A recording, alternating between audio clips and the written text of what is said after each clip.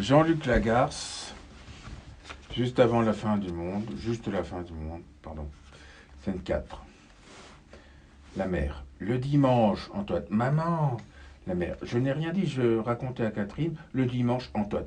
Elle connaît par cœur. Catherine. Laisse-la parler, tu ne veux laisser parler personne. Elle allait parler. La mère. Cela le gêne. On travaillait, leur père travaillait, je travaillais, et le dimanche, je raconte, n'écoute pas. Le dimanche, parce que en semaine les soirs sont courts, on devait se lever le lendemain. Les soirs de la semaine, ce n'était pas la même chose.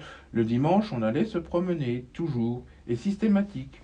Catherine, où est-ce que tu vas? Qu'est-ce que tu fais? Antoine, nulle part, je ne vais nulle part. Où veux-tu que j'aille? Je ne bouge pas, j'écoutais. Le dimanche, Louis, reste avec nous. Pourquoi non? C'est triste. La mère. Ce que je disais, tu ne le connais plus, le même mauvais caractère borné, enfant déjà, rien d'autre, et par plaisir souvent. Tu le vois là comme il a toujours été. Le dimanche, ce que je raconte, le dimanche, nous allions nous promener. Pas un dimanche où on ne sortait pas. Comme un rite, je disais cela, un rite, une habitude. On allait se promener. Impossible d'y échapper. Suzanne, c'est l'histoire d'avant, lorsque j'étais trop petite ou lorsque je n'existais pas encore. La mère. Bon, on prenait la voiture. Aujourd'hui, vous ne faites plus cela. On prenait la voiture. Nous n'étions pas extrêmement riches, mais non, mais nous avions une voiture. Et je ne crois pas avoir jamais connu leur père sans une voiture. Avant même que nous nous marions, avant que qu'on ne soit mariés, je le voyais déjà, je le regardais. Il avait une voiture. Une des premières dans ce coin-ci, vieille et laide et faisant du bruit, trop, mais bon, c'était une voiture. Il avait travaillé et elle était à lui. Mais c'était la sienne, il n'en était pas peu fier. Antoine, on lui fait confiance. La mère. Ensuite, notre voiture, plus tard, mais ils ne doivent pas se souvenir, ils ne peuvent pas, ils étaient trop petits. Je ne me rends pas compte. Oui, peut-être nous en avions changé. Une voiture était longue, plutôt allongée, aérodynamique et noire. Parce que noir, il disait cela à ses idées. Noir, cela serait plus chic, son mot. Mais bien plutôt parce qu'en fait, il n'en avait pas trouvé d'autre. Rouge, je le connais, rouge, voilà, je crois, ce qu'il aurait préféré. Le matin du dimanche, il l'a lavé. Il l'a stické, un maniaque. Cela lui prenait 2 heures. Et l'après-midi, après avoir mangé, on partait. Toujours été ainsi, je ne sais pas, plusieurs années, belles et longues années, tous les dimanches, comme une tradition, pas de vacances, non, mais tous les dimanches, qu'il neige, qu'il vente, il disait les choses comme ça, des phrases pour chaque situation de l'existence. Qu'il pleuve, qu'il neige, qu'il vente, tous les dimanches, on allait se promener. Quelquefois aussi, le premier dimanche de mai, je ne sais plus pourquoi, une fête peut-être. Le premier dimanche, après le 8 mars, qui est la date de mon anniversaire, là, et lorsque le 8 mars tombait un dimanche, bon, et encore, le premier dimanche des congés d'été, on disait qu'on partait en vacances. On klaxonnait. Et le soir, en rentrant, on disait que tout comptait, on était mieux à la maison. Des âneries. Et un peu aussi avant la rentrée des classes. L'inverse, là. Comme si on rentrait de vacances. Toujours les mêmes histoires, quelquefois. Ce que j'essaie de dire, nous allions au restaurant. Toujours les mêmes restaurants, pas très loin, et les patrons nous connaissaient, et on y mangeait toujours les mêmes choses, les spécialités des saisons, la friture de carpe ou des grenouilles à la crème, mais ceux-là n'aiment pas ça. Après, ils eurent 13 et 14 ans. Suzanne était petite, ils ne s'aimaient pas beaucoup, ils se chamaillaient toujours. Ça mettait leur père en colère, ce furent les dernières fois et plus rien n'était pareil. Je ne sais pas pourquoi je raconte ça, je me tais. Bah, des fois encore, des pique-niques. C'est tout. On allait au bord de la rivière. Oh là là là là.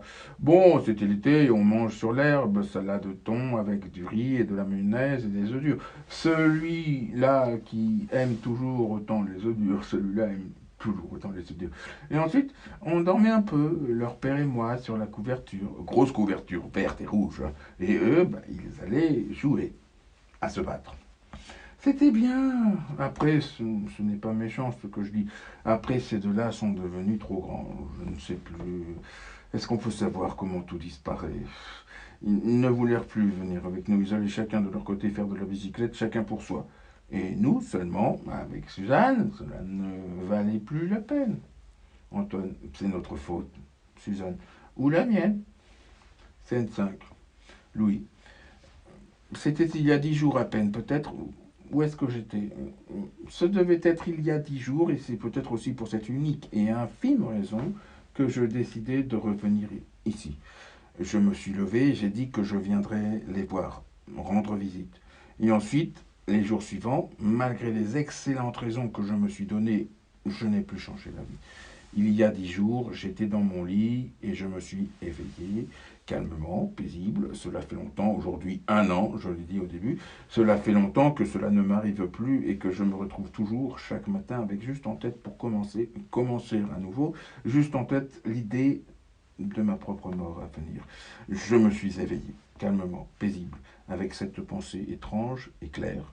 Je ne sais pas si je pourrais bien la dire, avec cette pensée étrange et claire que mes parents, mais les gens encore, tous les autres dans ma vie, les gens les plus proches de moi, que mes parents et tous ceux que j'approche ou qui s'approchèrent de moi, mon père aussi, par le passé, admettons que je m'en souvienne, ma mère, mon frère, là aujourd'hui, et ma sœur encore, que tout le monde, après s'être fait une certaine idée de moi, un jour ou l'autre, ne m'aime plus, ne m'aima plus, et qu'on ne m'aime plus. Ce que je veux dire, au bout du compte, comme par découragement, comme par lassitude de moi, qu'on m'abandonne toujours, car je demande l'abandon.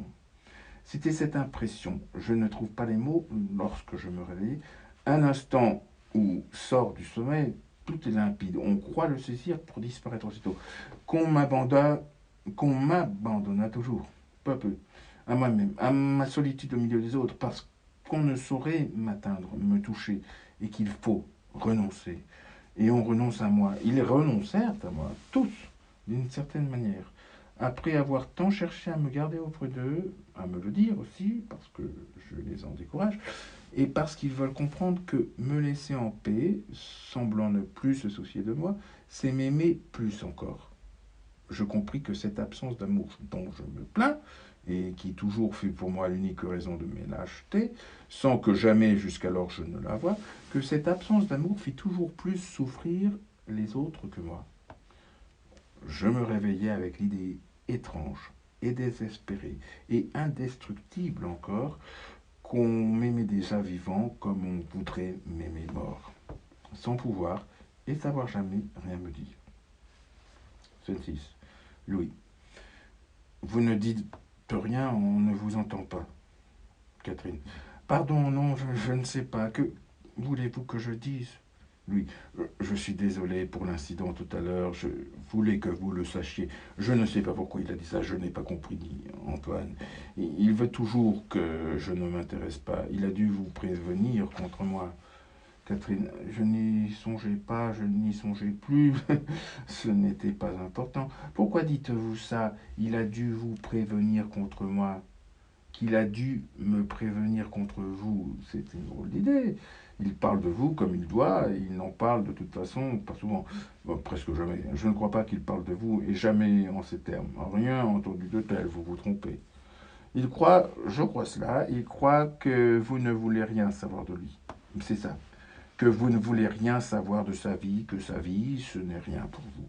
Moi, les enfants, tout ça, son métier, le métier qu'il fait, vous connaissez son métier. Vous savez ce qu'il fait dans la vie. On ne dit pas vraiment un métier. Vous avez un métier. Un métier, c'est ce qu'on a appris, ce pourquoi on s'est préparé. Je ne me trompe pas.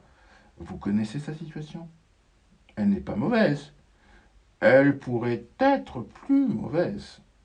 Elle n'est pas mauvaise du tout. Sa situation, vous ne la connaissez pas. Sa situation, vous ne la connaissez pas. Est-ce que vous connaissez son travail? Ce qu'il fait? Ce n'est pas un reproche, hein, ça m'ennuierait que vous le preniez ainsi. Si vous le prenez ainsi, ce n'est pas bien et vous avez tort. Ce n'est pas un reproche. Moi-même, ce que je peux dire, moi-même, je ne saurais exactement, avec exactitude, je ne saurais vous dire sans mots. Il travaille dans une petite usine d'outillage, par là. On dit comme ça une petite usine d'outillage. Je sais où c'est, parfois je vais l'attendre. Maintenant, presque plus, mais avant, j'allais l'attendre. Il construit des outils. Ah, j'imagine, c'est logique, hein, je suppose. Qu'est-ce qu'il y a à raconter? Il doit construire des outils. Mais je ne saurais pas non plus expliquer toutes les petites opérations qu'il accumule chaque jour, et je ne saurais pas vous reprocher de ne pas le savoir non plus. Non, mais lui, il peut en déduire, il en déduit certainement, que sa vie ne vous intéresse pas. Ou si vous préférez, je ne voudrais pas avoir l'air de vous faire un mauvais procès, hein. Il croit probablement, je pense qu'il est ainsi, et vous devez vous en souvenir, il ne devait pas être différent plus jeune. Il croit probablement que ce qu'il fait n'est pas intéressant ou susceptible, le mot est exact, ou susceptible de vous intéresser. Et ce n'est pas être méchant peut-être, et ce n'est pas être méchant, oui, que de penser qu'il n'a pas totalement tort. Vous ne croyez pas? Ou je me trompe? Je suis en train de me tromper. Louis. Ce n'est pas être méchant, en effet, c'est plus juste. Je souhaite, quant à moi, ce que je souhaitais. Je serais heureux de pouvoir... Catherine, ne me dites rien. Je vous interromps, il est bien préférable que vous ne me disiez rien et que vous lui disiez à lui ce que vous avez à lui dire. Je pense que c'est mieux et vous n'y verrez pas d'inconvénient. Moi, je ne compte pas et je ne rapporterai rien. Je suis ainsi, ce n'est pas mon rôle. Ou pas comme ça, du moins que je l'imagine. Vous, voici, à votre tour. Comment est-ce que vous avez dit prévenu contre moi? Je n'ai rien à dire, Louis. Je n'ai rien à dire ou ne pas dire. Je ne vois pas. Catherine. Très bien. Parfait. Alors, à plus forte raison. Louis. Revenez, Catherine. Scène 7. Suzanne. Cette fille-là, on ne le croit pas. La première fois où on la regarde, on la suppose fragile et démunie, tuberculeuse ou orpheline depuis 5 générations. Mais on se trompe. Il ne faut pas s'y fier. Elle sait choisir et décider. Elle est simple, claire, précise.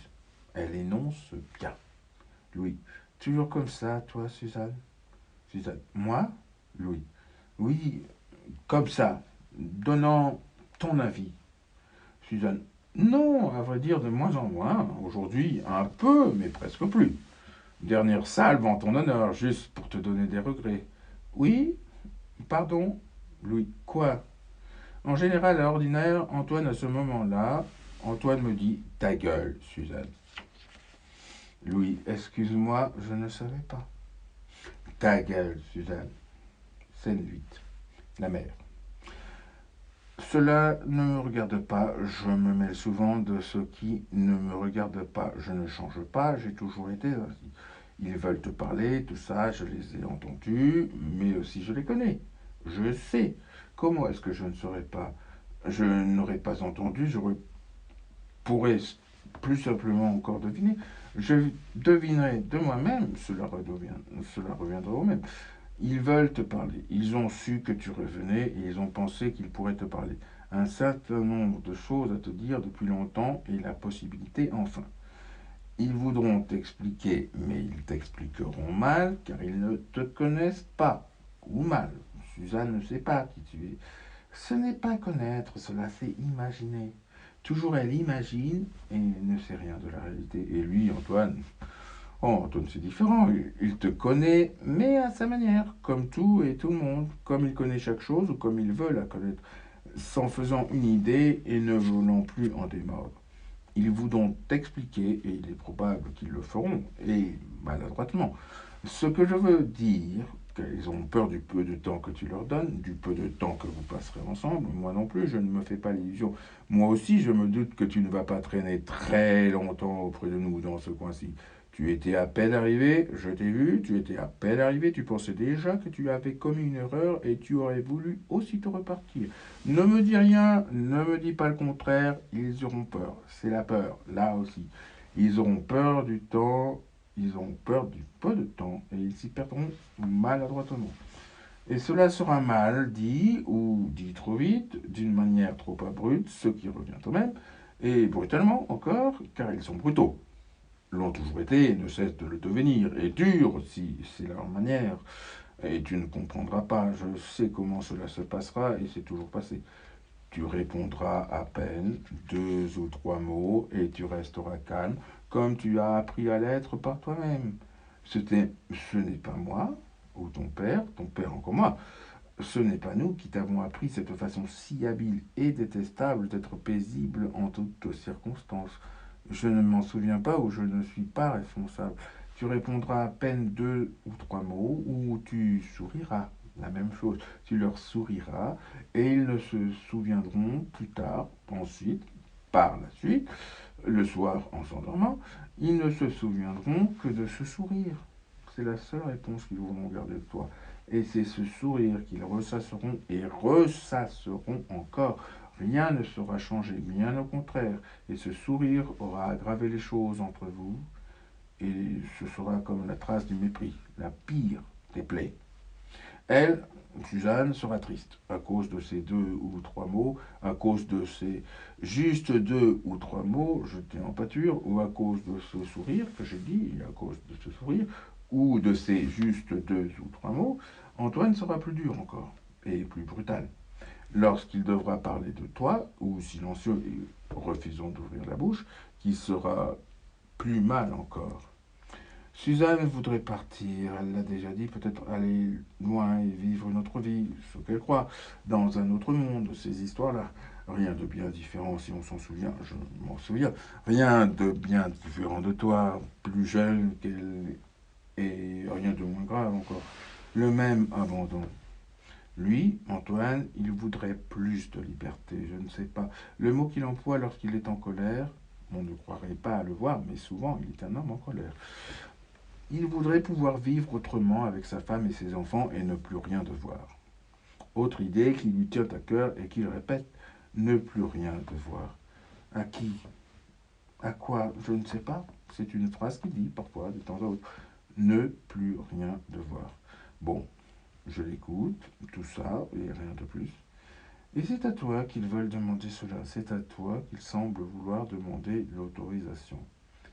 C'est une idée étrange. Et tu te dis que tu ne comprends pas, que tu ne leur dois rien et qu'ils ne te doivent rien et qu'ils peuvent faire ce qu'ils veulent de leur vie. Cela, d'une certaine manière, et ce n'est pas te faire injure, cela t'est bien égal et ne te concerne pas. Tu n'as peut-être pas tort, il y a trop de temps passé, toute l'histoire vient de là. Tu ne voulais jamais être responsable et on ne saurait jamais t'y obliger. Tu te dis peut-être aussi, je ne sais pas, je parle, tu te dis peut-être aussi que je me trompe, que j'invente, et qu'ils n'ont rien à te dire, et que la journée se terminera ainsi comme elle a commencé, sans nécessité, sans importance. Bien, peut-être ce qu'ils veulent, ce qu'ils voudraient, c'est que tu les encourages peut-être. Est-ce qu'il ne manquera pas toujours de ça, qu'on les encourage? Que tu les encourages, que tu les autorises ou que tu leur interdises de faire telle ou telle chose. Que tu leur dises, que tu dises à Suzanne, même si ce n'est pas vrai, un mensonge, qu'est-ce que ça fait? Juste une promesse qu'on fait en sachant par avance qu'on ne l'atteindra pas. Que tu dises à Suzanne de venir, parfois, 2 ou 3 fois l'an, te rendre visite, qu'elle pourra, qu'elle pourrait te rendre visite si l'envie lui vient, si l'envie la prenait, qu'elle pourrait aller là où tu vis maintenant. Nous ne savons pas où tu vis. Qu'elle peut bouger, partir et revenir encore et que tu t'y intéresses.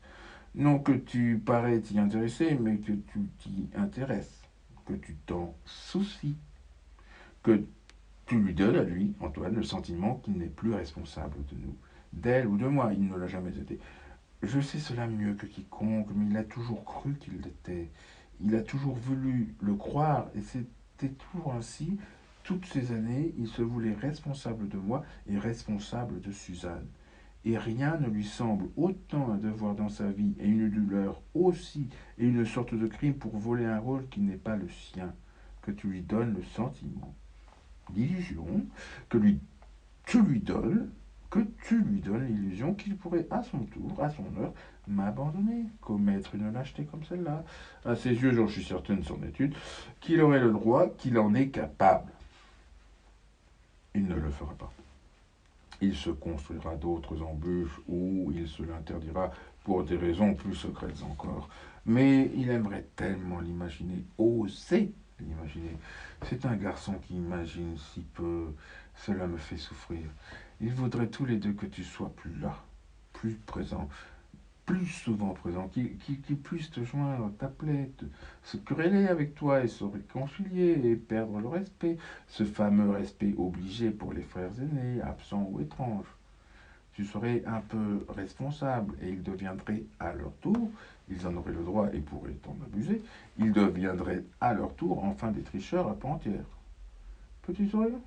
Juste ces deux ou trois mots? Louis. Non, juste le petit sourire, j'écoutais. Ma mère. C'est ce que je dis, tu as quel âge? Quel âge est-ce que tu as aujourd'hui? Louis. Moi? Tu demandes? J'ai 34 ans. La mère. 34 années. Pour moi aussi, cela fait 34 années. Je ne me rends pas compte, c'est beaucoup de temps.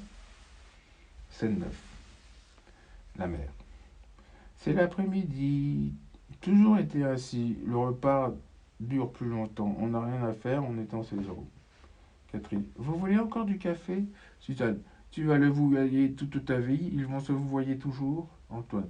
Suzanne, ils font comme ils veulent. Suzanne. Mais merde, toi à la fin, je ne te cause pas, je ne te parle pas. Ce n'est pas à toi que je parle. Il a fini de s'occuper de moi comme ça tout le temps. Tu ne vas pas t'occuper de moi tout le temps, je ne te demande rien. Qu'est-ce que j'ai dit? Antoine, comment est-ce que tu me parles? Tu me parles comme ça? Jamais je ne t'ai entendu. Elle veut avoir l'air. C'est parce que Louis est là. C'est parce que tu es là et elle veut avoir l'air. Suzanne, qu'est-ce que ça a à voir avec Louis? Qu'est-ce que tu racontes? Ce n'est pas parce que Louis est là. Qu'est-ce que tu dis? Merde, merde et merde encore. Compris? Entendu? Célie? En bras d'honneur si nécessaire. Voilà, bras d'honneur. La mère. Suzanne! Oh, ne la laisse pas partir. Qu'est-ce que c'est que ces histoires? Tu devrais la rattraper. Antoine, elle reviendra.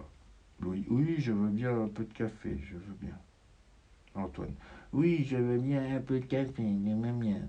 Catherine, Antoine! Antoine, quoi? Louis, tu te payais ma tête, tu essayais. Antoine, tous les mêmes, vous êtes tous les mêmes. Suzanne! Catherine, Antoine, qu'est-ce que tu vas? Où est-ce que tu vas? La mère, ils reviendront. Ils reviennent toujours.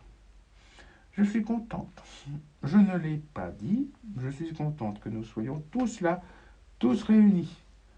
Où est-ce que tu vas? Louis! Catherine reste seule. Scène 10. Louis. Au début, ce que l'on croit, j'ai cru cela. Ce qu'on croit toujours, je l'imagine, c'est rassurant, c'est pour avoir moins peur.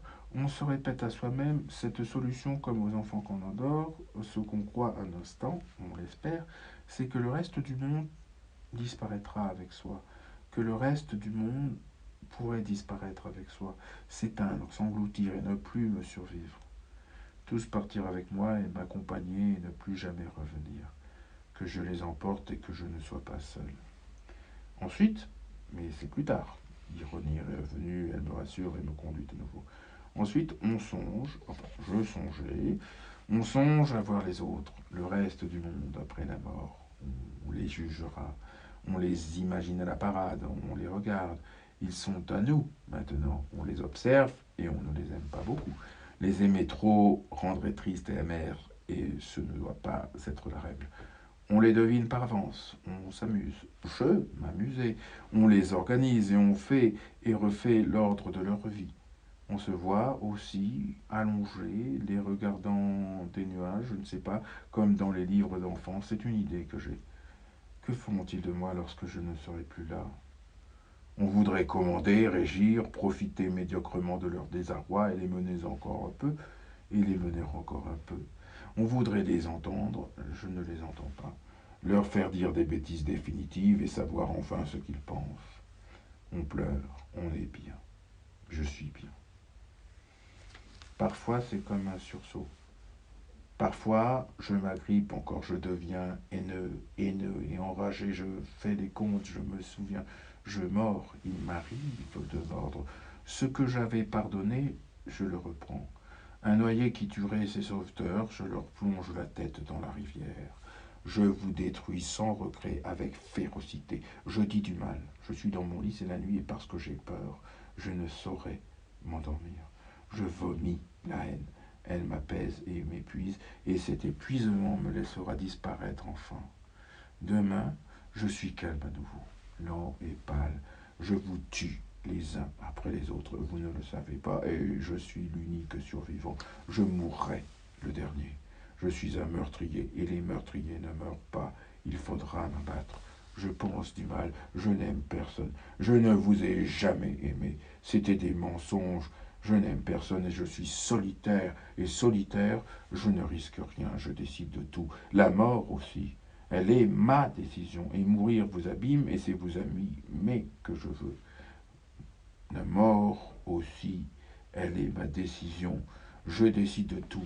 La mort aussi, elle est ma décision. Et mourir vous abîme, et c'est vous abîmer que je veux. Je meurs par dépit. Je meurs par méchanceté et mesquise. Je meurs par dépit. Je meurs par méchanceté et mesquinerie. Je me sacrifie. Vous souffrirez plus longtemps et plus durement que moi, et je vous verrai, je vous devine. Je vous regarderai et je rierai de vous et haïrai vos douleurs. Pourquoi la mort devrait-elle me rendre bon? C'est une idée de vivant inquiet de mes possibles égarements. Mauvais et médiocre, je n'ai plus que de minuscules craintes et infimes soucis, rien de pire. Que ferez-vous de moi et de toutes ces choses qui m'appartenaient? Ce n'est pas beau, mais ne pas être beau me laissera moins regrettable. Plus tard encore, c'est il y a quelques mois, je me suis enfui. Je visite le monde, je veux devenir voyageur, errer. Tous les agonisants ont ces prétentions.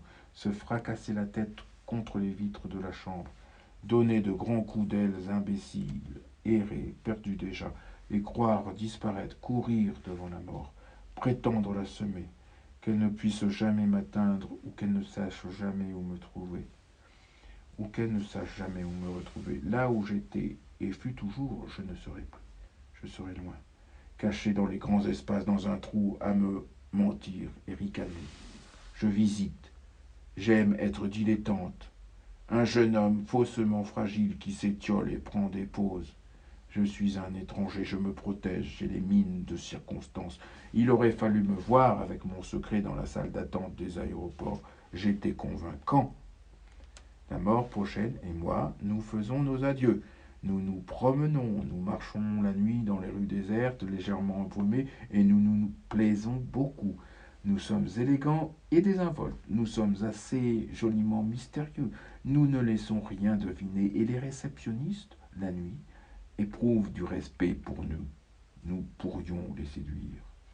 Je ne faisais rien, je faisais semblant, j'éprouvais la nostalgie. Je découvre des pays, je les aime littéraires, je lis des livres, je revois quelques souvenirs, je fais parfois de longs détours pour juste recommencer. Et d'autres jours, sans que je sache ou comprenne, il m'arrivait de vouloir tout éviter et ne plus reconnaître. Je ne crois en rien.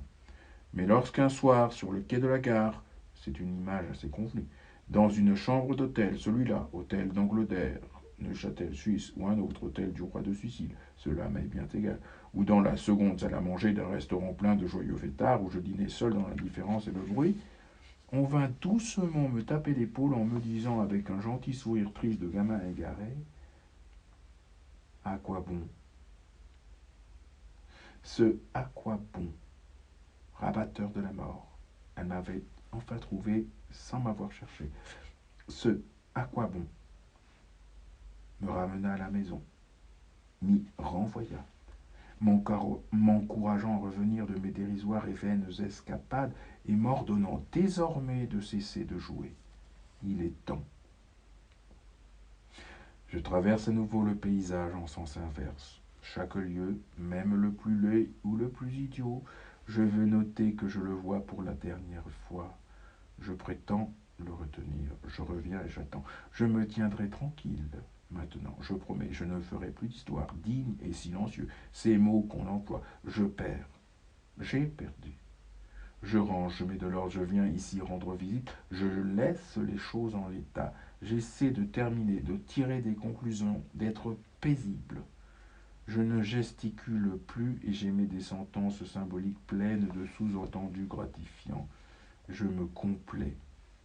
Rien ne me flatte autant désormais que ma propre angoisse. Il m'arrivait aussi, parfois, les derniers temps, de me sourire à moi-même comme pour une photographie à venir. Vos doigts se la repassent en prenant garde de ne pas la salir ou d'y laisser de coupables empreintes. Il était exactement ainsi. Et c'est tellement faux. Si vous réfléchissiez un instant, vous pourriez l'admettre. C'était tellement faux. Je faisais juste mine